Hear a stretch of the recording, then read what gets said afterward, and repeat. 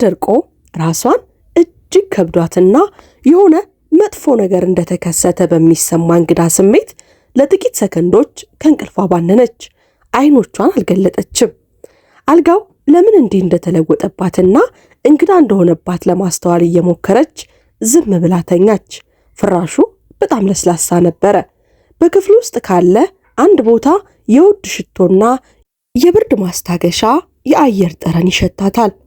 ከአየር ማቀዝቀዣው ዝቅ ያለ የማንጎራጎር ድምፅ ይሰማል። በመጨረሻም አይኖቿን ገለጠች። የመጀመሪያ ያየችው ነገር ከፊት ለፊቷ የተሰቀለው እጅግ የሚያምር ውድ መብራት ነበረ በነጭ ኮርኒስ ላይ። ልቧ ድንገት መምታት አቆመ። ይህ የእሷ ክፍል አልነበረም። አዳና በፍጥነት ራሷን ወደ ላይ ስትገፋ ብርድ ልብሱ ከደረቷ ላይ ተንሸራቶ ወደቀ። ደነገጠች። ግማሽ ልብሷን ብቻ ነበር የለበሰችው። የልብሷ አንዱ ጎን በትከሻው ላይ ወርዷል።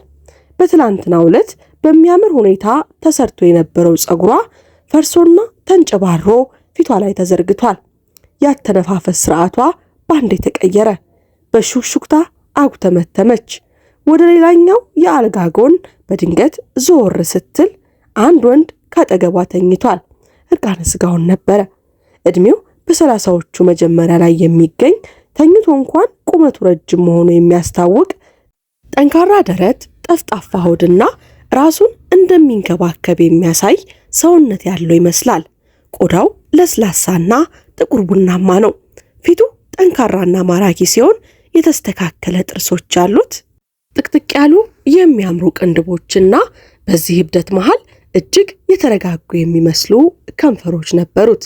አዳና በድንገት በማዕበል ውስጥ እንደምትሰጥም ሰው ሆነች። እርሱ በጣም መልከ መልካም ነበረ። በጣም መልከ መልካም ያማረ ሰው፣ ግን ለእርሷ ሙሉ በሙሉ እንግዳ ነው። አዳና በጩኸት አቀለጠችው። ሰውየው ወዲያው ደንግጦ ከእንቅልፉ ባነነ። ምንድን ነው አለ በፍጥነት እየተቀመጠ ከተኛበት። ድምፁ በእንቅልፉ ምክንያት ከባድና ኮስታራ ነበር። አዳና ሰውነቷ ካልጋው እስኪጋጭ ድረስ ወደ ኋላ ፈገፈገች። ማነህ አንተ ብላም ጮኸች። ማነህ ብሎ ተናገረ። ለምንድን ነው በዚህ ክፍል ውስጥ የተገኘሁትም አለች ቀጥላ። ሰውየው አሁንም ከእንቅልፉ ለመንቃት እየሞከረ አይኖቹን ከፈት አደረጋቸው። ክፍሉን ቃኝና ወደ እሷ ተመለከተ። አይኖቹ በግራ መጋባት ተጨንቀው ነበረ። ይህ ምን አይነት ጥያቄ ነው አላት። ምን አይነት ጥያቄ ብላ ጮኸች። አዳና በቃላቱ ልትታጠቅ ደረሰች። እንግዳ በሆነ ክፍል ውስጥ እንግዳ ከሆነው እንዳጠገብ ነቅቼ አንተ ምን አይነት ጥያቄ ነው ብለህ ትጠይቀኛለህ ብላ ጮኸችበት። አሁንም ሰውየው አሁን ሙሉ በሙሉ ቀና ብሎ ተቀመጠ። ብርድ ልብሱ ከወገቡ በታች ወረደ። አዳናም በፍጥነት ፊቷን አዞረች።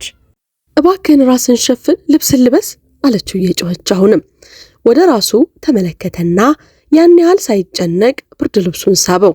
እሺ ለጥቂት ሰከንድ ያህል መጮህ ማቆም ትችላለሽ ሲላት፣ መጮህ ላቆም እኔ እኮ አላውቅህም አለችው። አሁንም እርብትብት እያለች። ይህ ንግግር እሱን የነካው ይመስላል። በትኩረት እያያት ለተወሰነ ጊዜ ትኩር ብሎ ተመለከታት።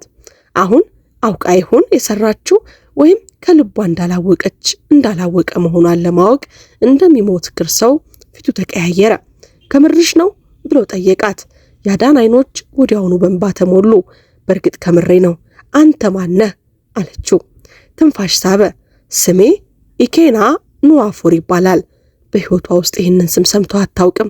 ከዚህ በፊት አይቼህ አላውቅም ብላ ነገረችው። ኢኬና በአንድ እጁ ፊቱን አሻሸ።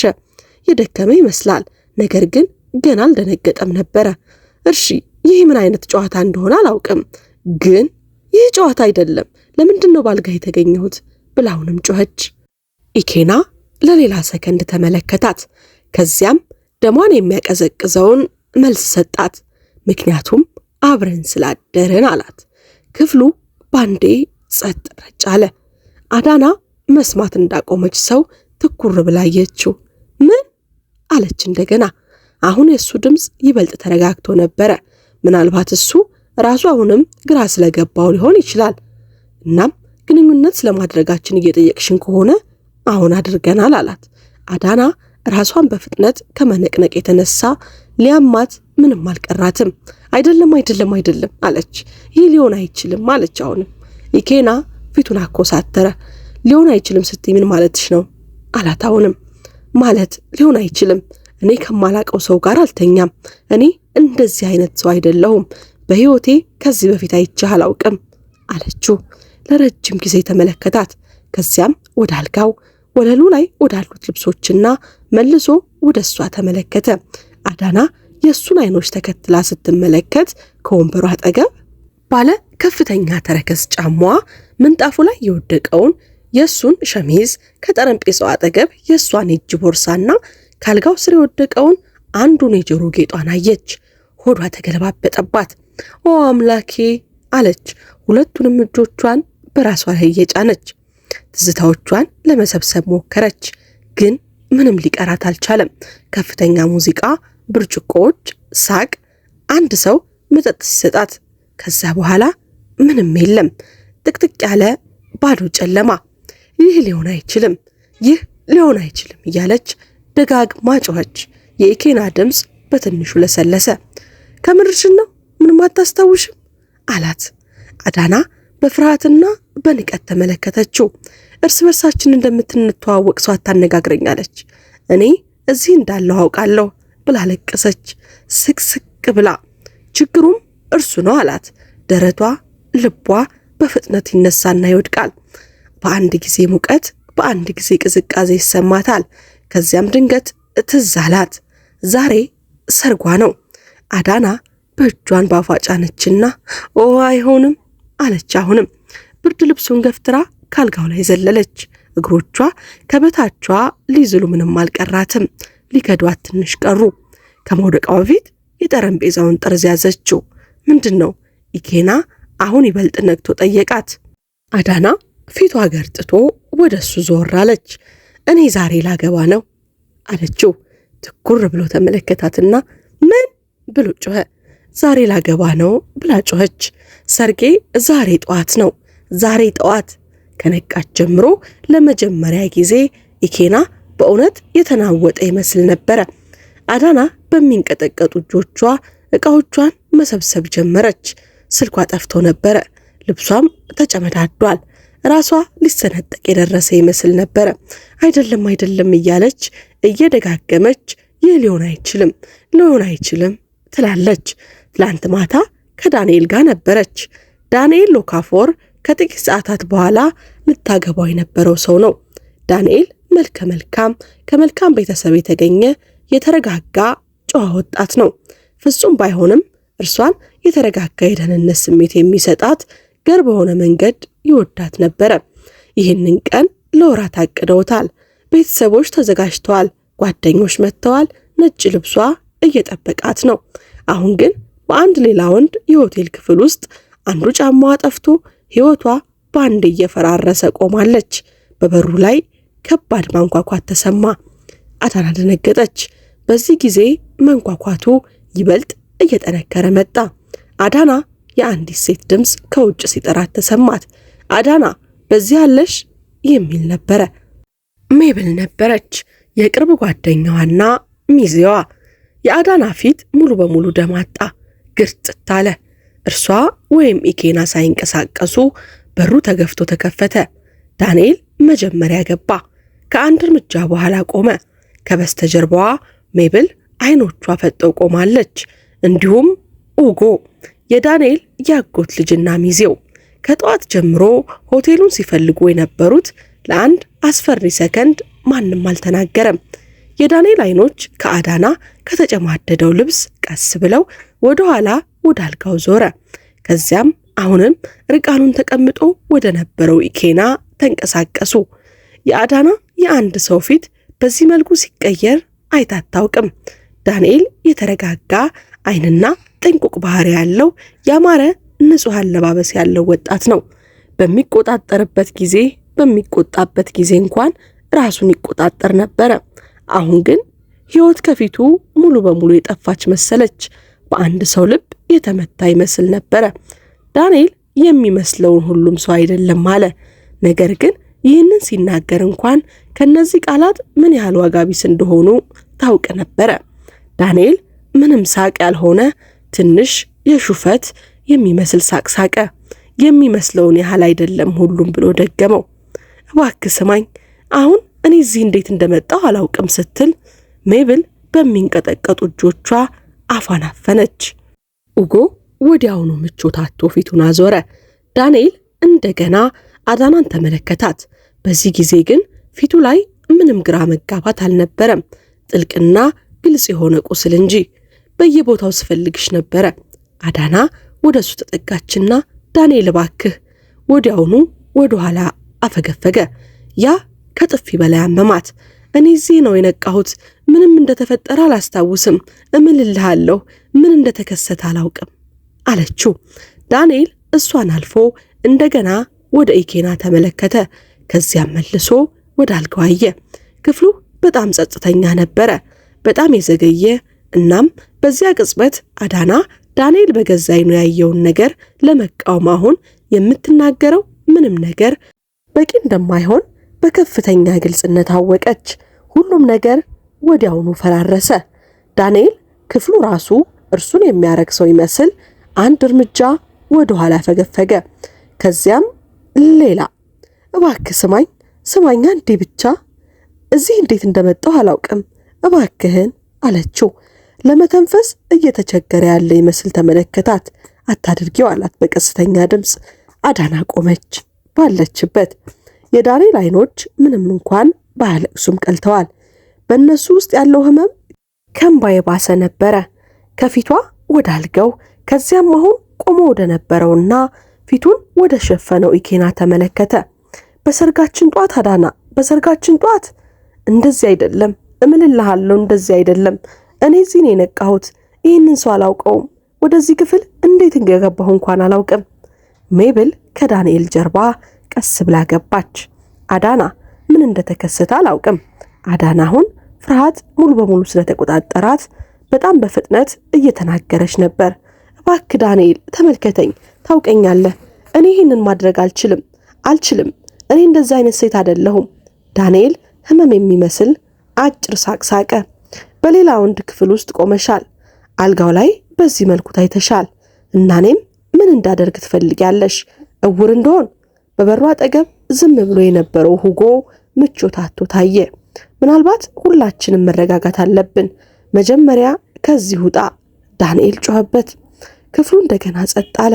አዳና ይበልጥ ተጠጋች። ዳንኤል ግን የእሷን ንክኪ መቋቋም እንደማይችል ሁሉ ወዲያውኑ ወደ ኋላ ፈገፈገ። ያ አንድ እንቅስቃሴ በውስጡ ያለውን ነገር ሰባበረው። እባክህ ይህንን አታድርግ አለችው ደጋግማ። ዳንኤል ደገመው። እኔ ይህንን ማድረግ የለብኝም። ድምፁ አሁን ከፍ አለ። ከጠዋት ጀምሮ ስፈልግሽ ነበረ። ቤተሰቦቼ ከታች አሉ። እንግዶች እየጠበቁን ነው። ሰዎች እየደወሉልኝ ነው። እናም ደውለው አዳና ሙሽራዬ የት እንዳለች ጠይቁኛል። እኔ ደግሞ እዚህ አገኘሁሽ። አይኖቹ እንደገና ወደ ኢኬና ተመለከቱ። ከእርሱ ጋር አገኘሁሽ። አዳና ዞር ብላ እንደገና ኢኬናን ተመለከተች።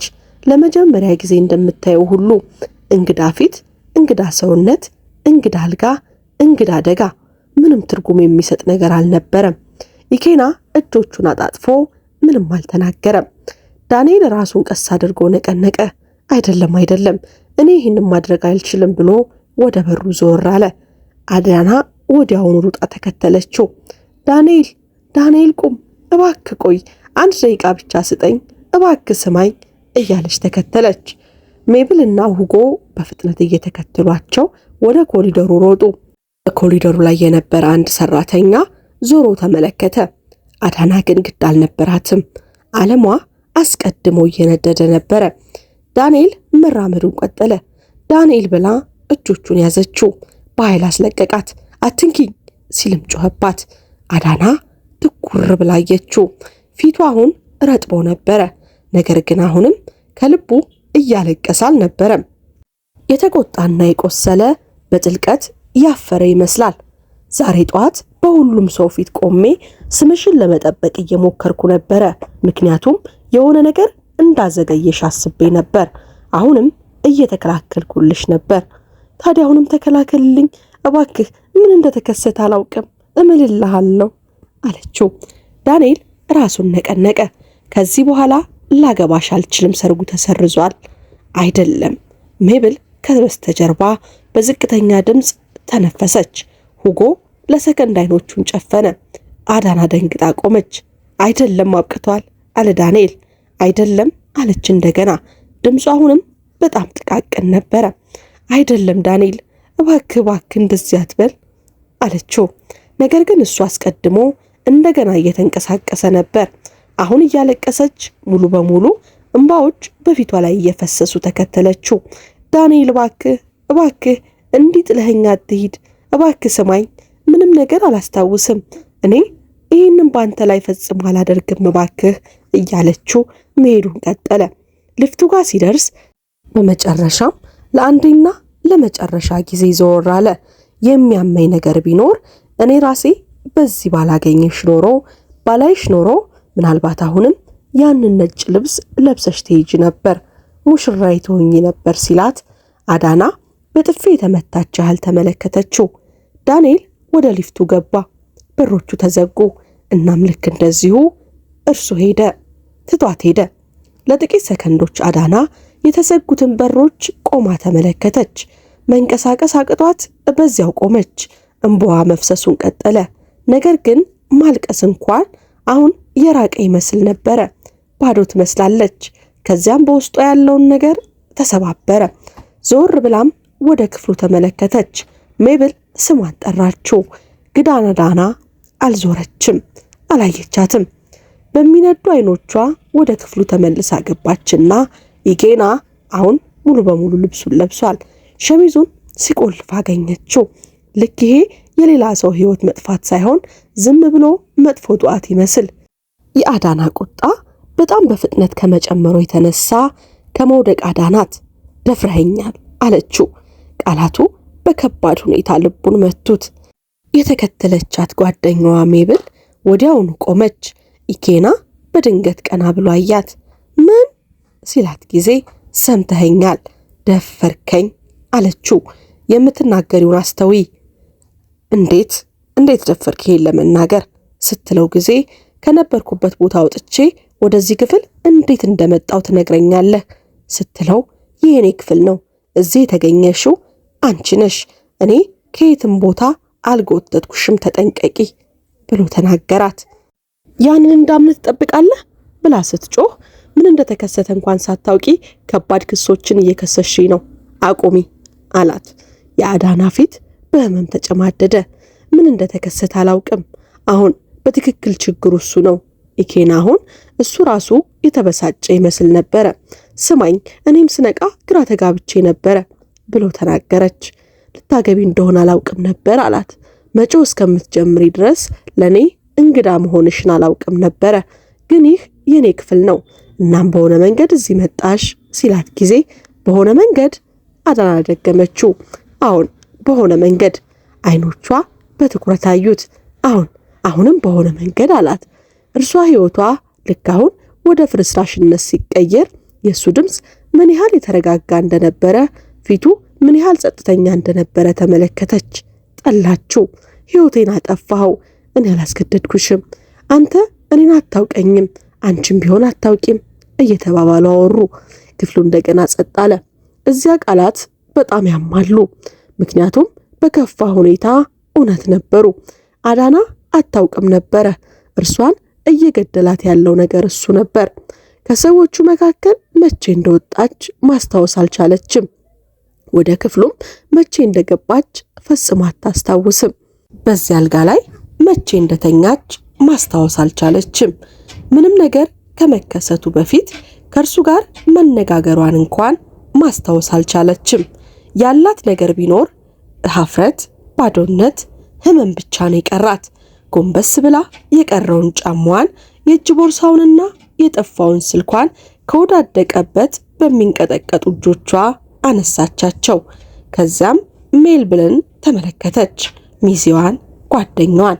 እንሂድ ሜልብል አለቻት። ሜልብል በፍጥነት ራሷን ነቀነቀች። አዳና ስትወጣ ወደ ኢኬና ድጋሚ አልተመለከተችም። ነገር ግን በሩ ላይ ከመድረሱ በፊት እርሱ መናገር ጀመረ። እውነቱን ማወቅ ከፈለግሽ ሕይወትን ሊያጠፉ የሚችል ነገር ከመክሰስሽ በፊት መጀመሪያ ምን እንደተከሰተ አጣሪ አላት። አዳና ለጥቂት ጊዜ ቆመ።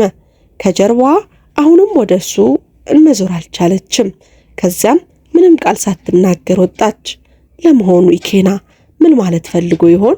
እውነቱን ከፈለግሽ ሕይወትን ሊያጠፋ የሚችል ንግግር ከመናገርሽ፣ ሰውን ከመክሰስሽ በፊት መጀመሪያ ምን እንደተከሰተ አጣሪ ማለት ምን ማለት ይሆን?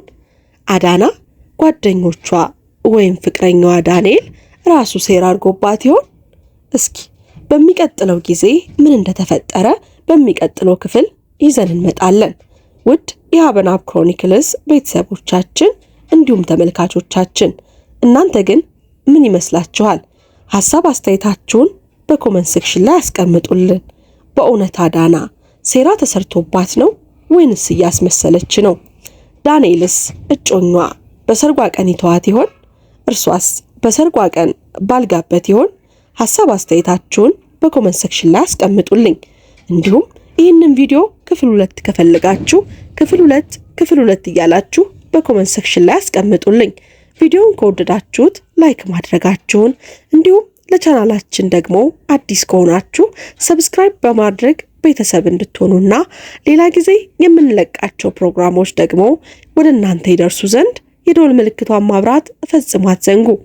እንዲሁም ወደ ቻናላችን ጎራ በማለት ከዚህ ቀደም የሰራናቸውን ፕሮግራሞችና እናንተም አይታችሁ ሰምታችሁ የወደዳችሁትን ለወዳጅ ዘመዶ እንድታጋሩ በአክብሮት እየጋበዝን በሚቀጥለው ክፍል እስክንገናኝ ድረስ መልካም ሳምንት መልካም ጊዜ እንዲሆንልዎ እየተመኘን እኛ ከወዲሁ ተሰናበትን። ቸር ቆዩልን።